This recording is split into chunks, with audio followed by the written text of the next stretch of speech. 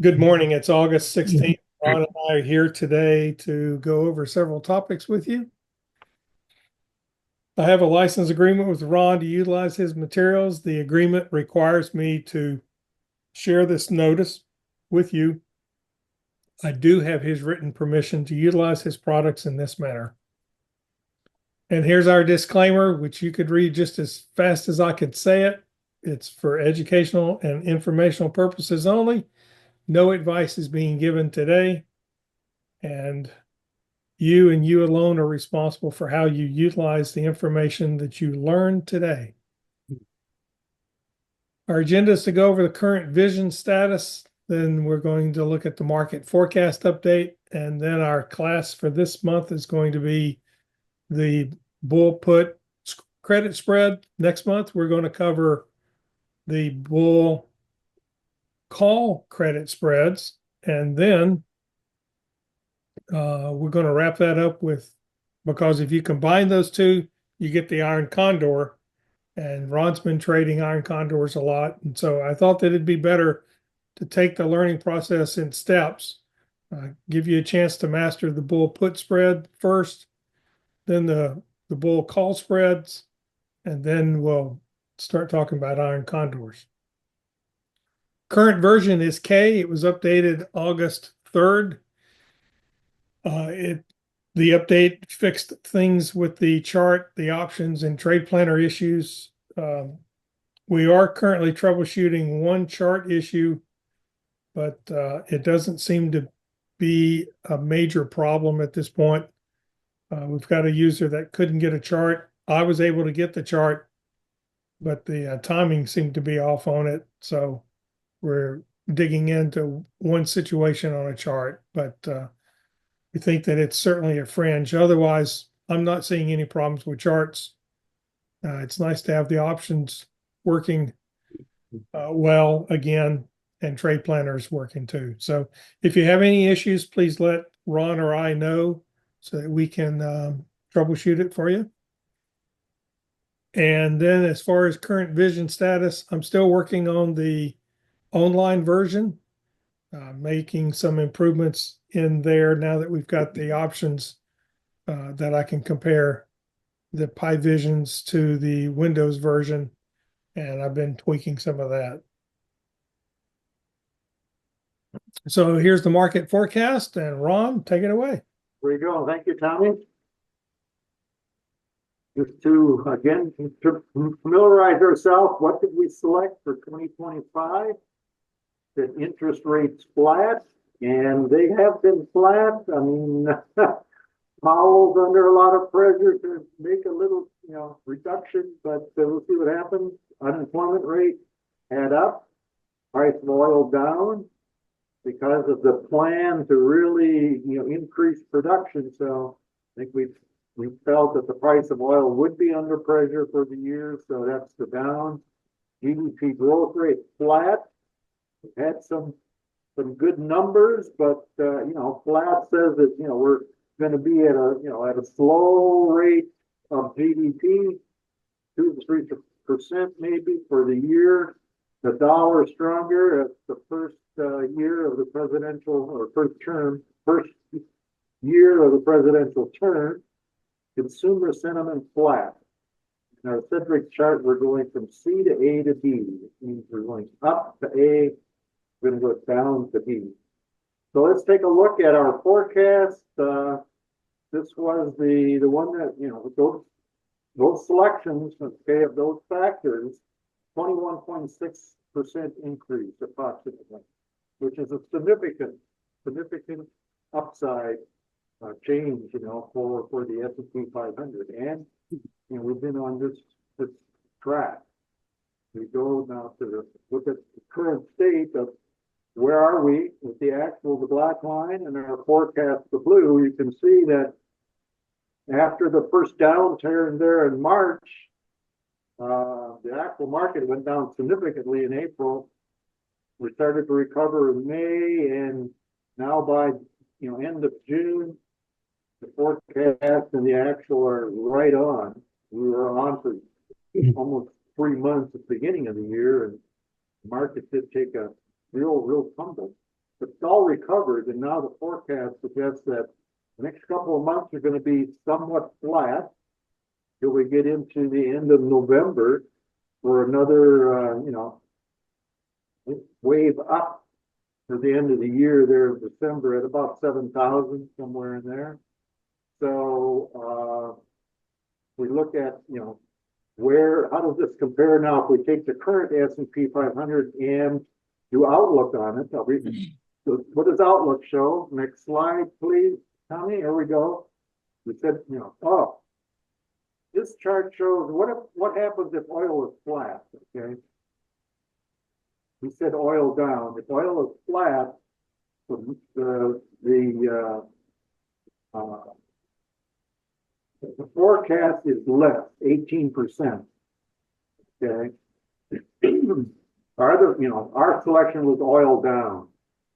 But if oil does not, we don't see the price of oil moving down, say it's flat for the year, that's going to affect the overall gain for the year. A little bit, 3% maybe. So either oil, flat or oil down is good factors of those. So we're still having a significant uptrend. And here, if we take a look at Outlook, Outlook is also showing this downtrend here at the end of August into September, and then it's starting to recover back in October. So, our forecast and what Outlook is showing, saying, hey, this is highly likely that we're going to see this downturn the next month or two. So just be aware of that. The market doesn't, always seemingly go straight line up. It does have a lot of ups and downs. So we'll see what this goes, just to indicate that you need to be cautious. So that suggests in the money calls, like we have been doing. Don't anticipate that, stocks are going to go up significantly. It's going to be rather flat. So it gives you the idea. You need to be very, very cautious. Better off. You have to have the money or in the money. Your return might be a little bit less, but your overall result will be better. Any questions?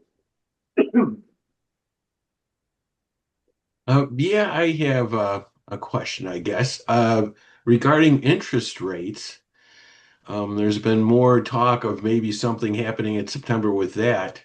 When you put together your forecast, is that criteria just looks at the whole year, or does it adjust on say, a quarterly basis? So if you change the interest rate thing at this point, would that take into account what has happened up to this point? No, it would not. Okay. The forecast is for the whole year. Basically, what the model does, it does, I'll say, interject the factor throughout the year. Okay, it's not just one point. It's every quarter. It's saying what if interest rates are going down. Okay, it's a good thing, right? Right. It should go up. Right. So the factor is in that sense, but it's spread out throughout the year. So it's not going to change. We can't go back. And this is why I'm always very cautious. I mean, a lot of economists, they like to update their forecast every month. Well, then it's not a forecast.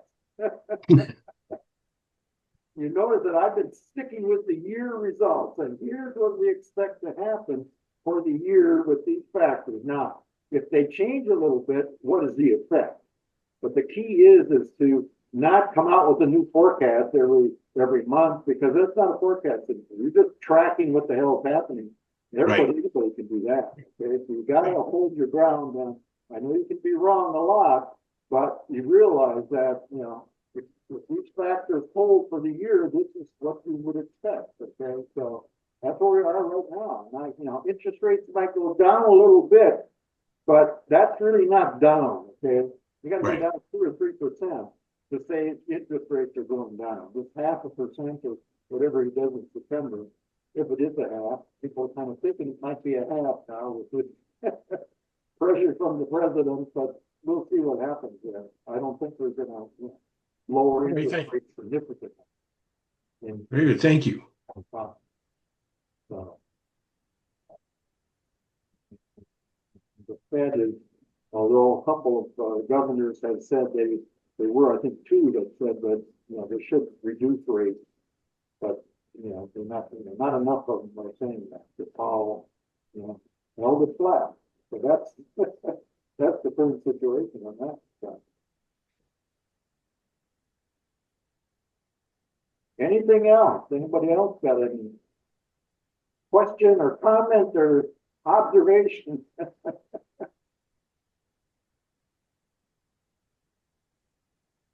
Okay, Tommy, All right, then. let's do that spread.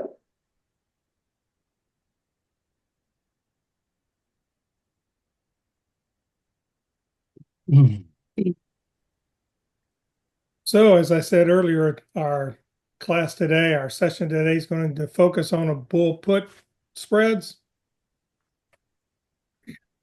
Bull put spread earns the maximum profit when the price of the underlying stock is above the strike price of the short put at expiration. So the ideal forecast whenever you're looking at candidates is you've got a neutral to a bullish price action on that particular equity.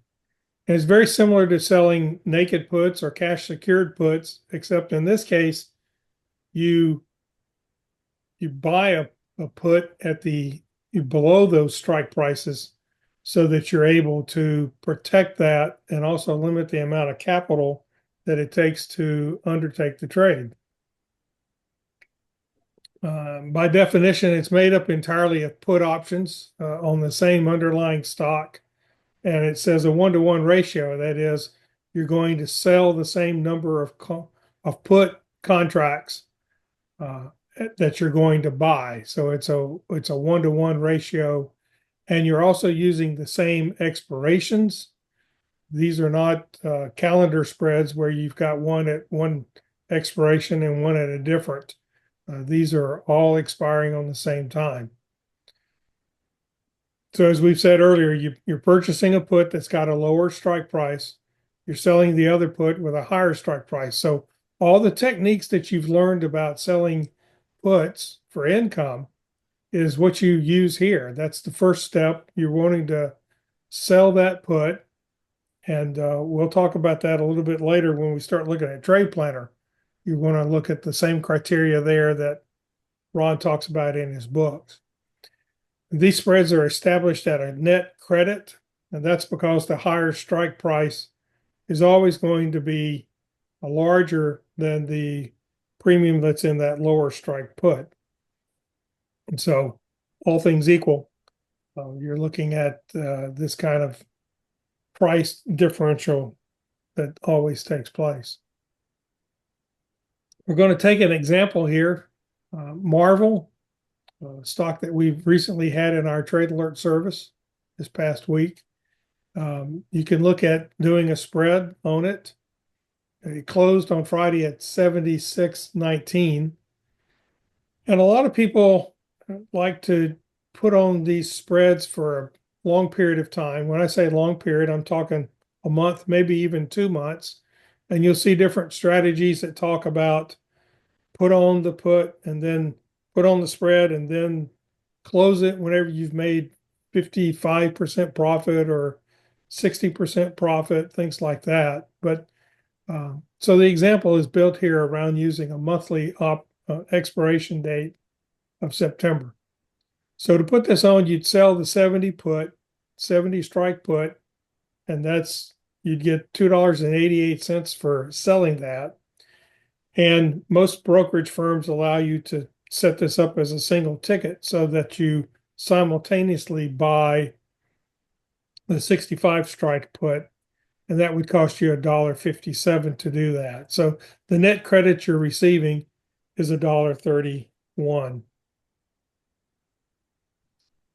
Keep in mind that you have obligations and rights whenever you're doing spreads.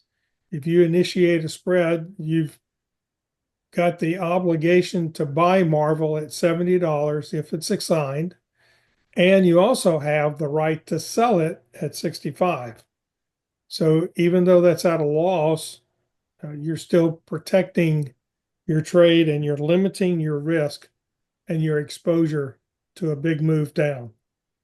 And that's the advantage of the bear put spreads.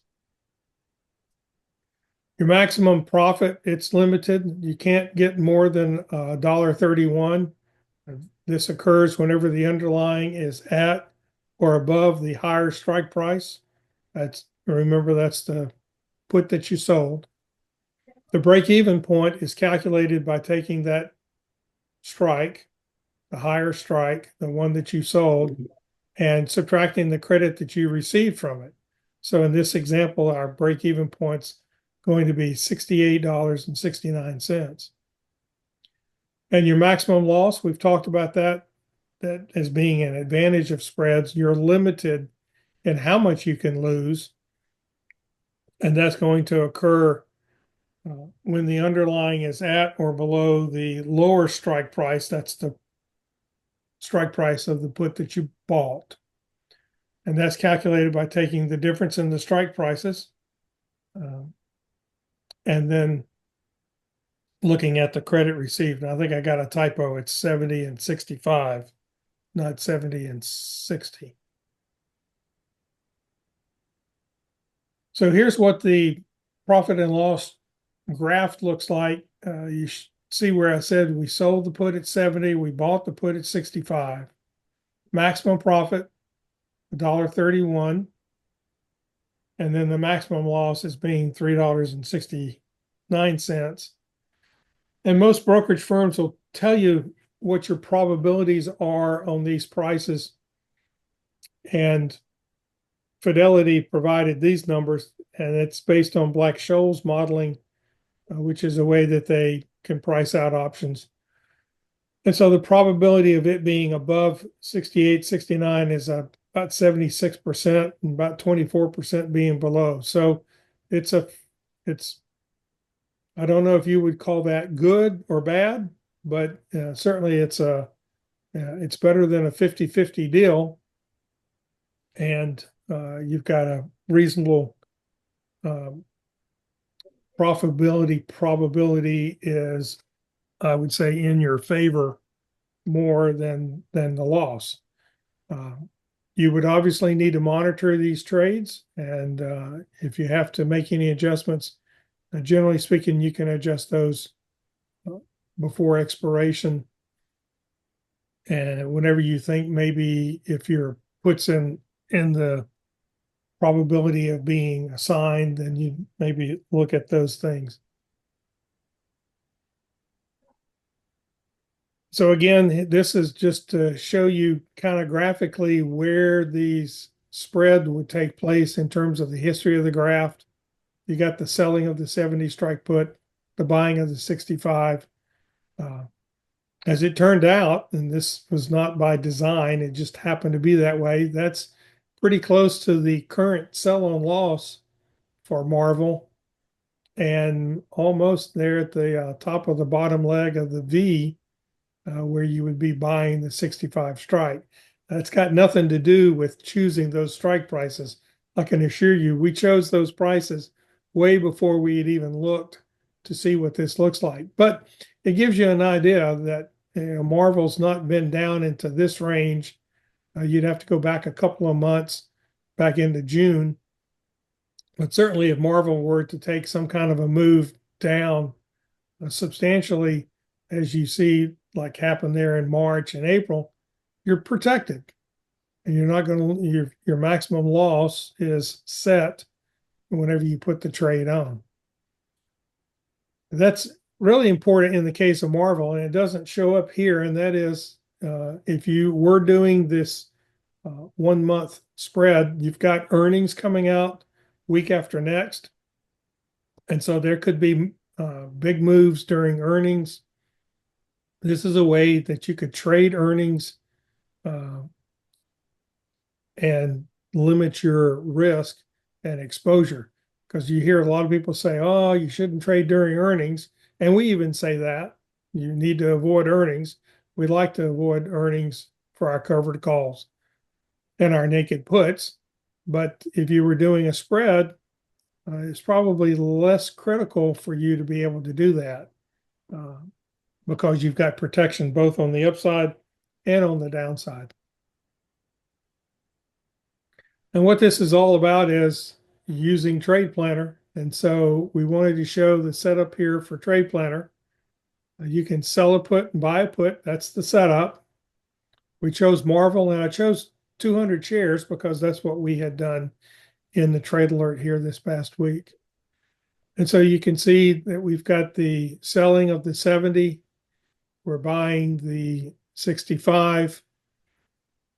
And since it's 200 shares, then you can see that the trade plan gain is $268 for 20%, almost 27% return on the $1,000 that we've got invested in the trade.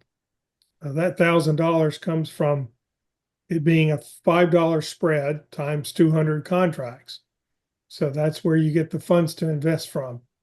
And so a 26% return on your money, that's pretty good, but you've got an exposure all the way out into September. Well, what if we did this just for 1 week, and that takes us in a trade that ends before earnings comes out? So here's a possible trade setup with Marvel. We took the 72 strike. Why do we take 72?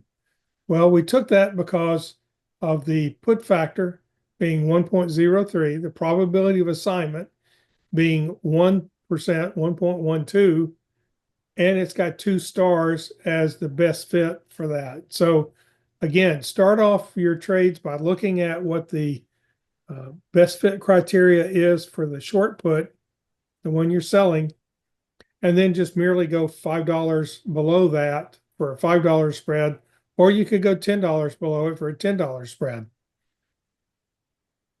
And so in this case, you could make, again, you've got $1,000 invested, you make a 62, not including commissions, and you have a 6.2% return. Why not just do the 1 week and take the 6.2 versus being in it for, what's that, 5 weeks, 6 weeks, 5 weeks? You're in it for a month at least for just 26%, 27%, and you can do 6.2% in just a week. So weekly put selling, weekly spreads can be a good way to generate income, have it in with the safety net of the bulk put below you, and you can still do very well with it. And with that,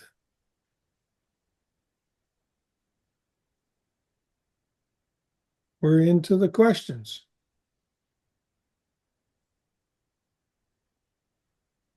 No questions. That means that you're all experts in it now, okay? I'll be emailing y'all for next week's spread trade, okay?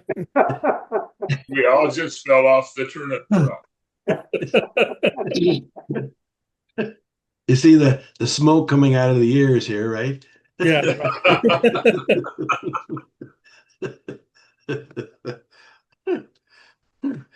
I guess it's more of a not really related, but it is question.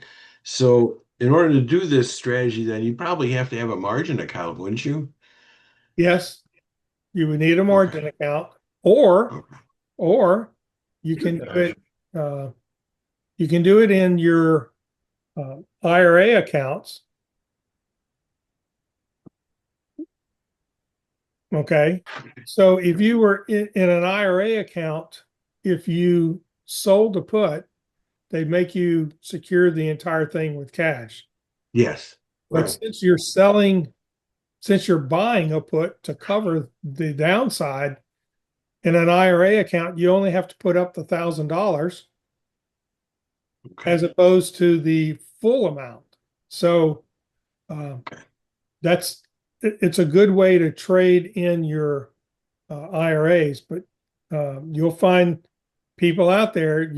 These are trades that you want to close before expiration. particularly if you're trading in an IRA account, because Mhm. what can happen is one leg can get assigned. And if it gets assigned after hours, and you can't use that protective put to cover you. Okay. So nowadays, brokerage firms will let you close things a lot of times for either no commission or reduced commission. And so it's easy to close the real exposure. So in the case of your real exposure is on the short put. So you could close just the one leg, the short put, and then you're holding the long put, which is where you have the right. So the exercise power is with you. Whereas on the short put, you have the obligation, which you don't control. So that's the risky part of spreads. And we've all talked about stories where we've seen calls or puts assigned and it was above or above the strike price or below the strike price in the case of calls. I've had calls assigned when it closed below the strike.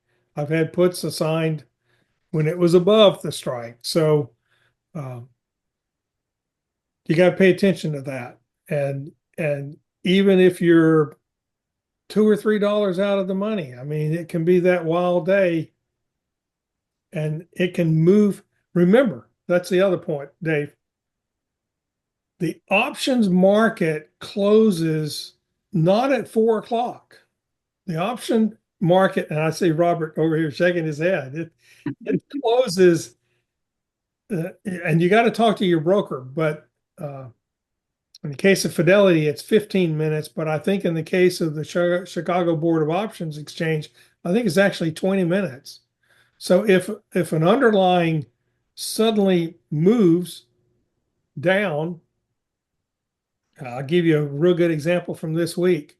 Warren Buffett took a huge position in UH and it moved 12%. And that was announced within 30 minutes of the market closing. And it moved that much after hours. And it stayed that way through the trading day the next day. So there can be news that comes out that makes these equities move after hours. And then if somebody's holding that option, they can call their brokerage firm and say, I want to exercise my right. And then you having the obligation, you've got to fulfill that. So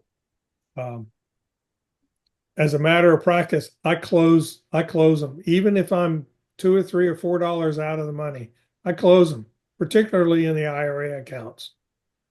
And I do trade them. So this past week, that's part of why we had Marvel. Ron and I were talking. You could do a double up, a double up, and we've talked about that as a way to take advantage of the trade alert to try to improve things. We've talked about using double ups, and I think David, you had that question back a few months ago. Do you ever buy the stock and just hold it? Ron says, well, no, I sell a put to generate additional income. So I did that on Marvel, and I actually bought a put below it. And even though it was out of the money, I closed that within the last 15 minutes of the trading day. Why? You don't want to take that risk. You want to close it. So I would say just make it as a rule. Close the one that you have the obligation on. And I'll close it or roll it before that day hits. Right. And a lot of times if you're in the money, you've seen me rolling puts on Thursday because a lot of people will make that decision overnight. Thursday, they're either doing something on Friday or they just, bird in the hand. So yeah. Yep. Other questions about Right. I guess the other comment I would have is if you put this trade on like on Monday, right? You do the credit spread, and now the stock starts going down on Monday, Tuesday, Wednesday. You say, wow, okay, you know, I've got the risk because it's already below, okay, my strike on the put, so I could get a sign. So you know, that's why you have to watch this trade on a continuous basis, okay? So you wanna adjust it. You wanna roll it earlier rather than later. Don't assume that the stock is going to turn around and come back up. It could go down more, it could go against you some more. So you're better off rolling it earlier than waiting till Friday, okay? Because you could get a sign. The other thing is there's premium out. If you go out to next week and say, okay, if our example here, we were at 70 and 65, and let's say the stock is down to 62. Well, you could move that out and put out another spread between 60 and 65. And you can do that in a lot of cases for a credit. So the key is you have to watch the spread trade and adjust it accordingly. Don't wait until Friday because it's moved so far, it could really, you know, cause you a lot of difficulty. Or you could get a sign. So you're adjusting it, moving it out to not, you know, have that happen, and you're reducing your strike in that spread. A lot of times may cost you a little bit, but if you look at the premium you initially got, you have that to work with. You could always increase the number of contracts to generate more premium.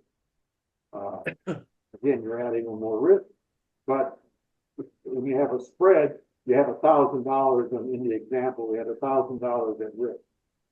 200 shares at a $5 width between the one you bought and the one you sold. So that's the way you are always, you know, in a position to ward off a possible assignment. It's not like the covered call where you can do that on Monday and go on vacation and not worry about it. Yeah, these are not. David, were you Air Force pilot? No, I was not. That's right. I remember that now. These are not fire and forget missiles. Okay. Susan would understand that. Yeah, Susan would. That's right. I remember. Yeah, Susan. She was in the Air Force to begin with. What was it? Her mom thought she was going to be a cook, wasn't it? Yes, right.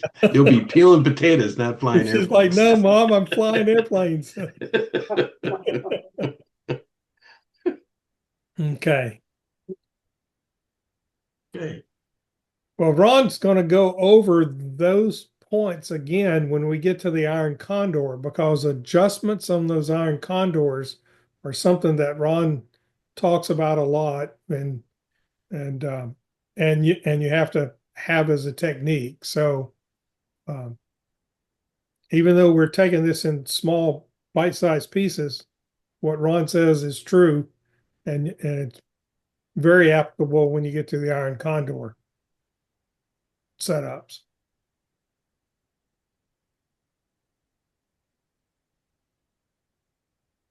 But yeah, they are something you want to watch. You want to look at each day and evaluate where you are in terms of your what you've done for that short strike.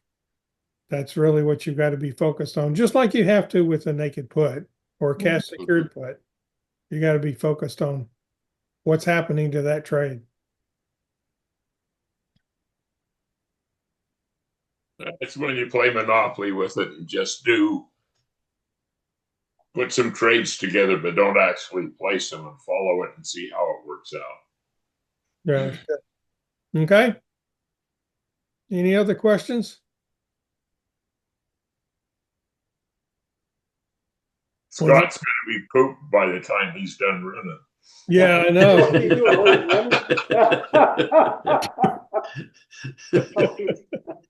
I'm jogging. Yeah. Oh, you don't have your microphone turned on, Scott. Scott, you're muted. He's even he's trying to talk to us. That's right, hand signals. You're muted. It's Doesn't work. Sign language doesn't work. Okay. Maybe he'll listen to it again and realize that, oh, yeah, he was. I think he's still trying to get it. Yeah, he's. All right, then. Well, thank you all for participating. Hope you enjoyed this class. Like I said, next month we'll be looking at using calls and how you can do that, those kinds of spreads. Okay. And we're just focused on the credit side, selling, doing these spreads for credit. So there's a whole nother class you can go into in terms of debit spreads and why you might want to do debits instead of credits. It's a whole nother world out there whenever you dig into that. But just kind of using what's the one step away from what we're doing, which is a double up or a naked put, and then you just buy a put to cover that exposure on the naked put side. Okay. good. Have a great month, and we'll see you when it comes to September. Thank you, gentlemen. All right. It was a pleasure. Thanks. Thanks, all. Bye bye. Take care.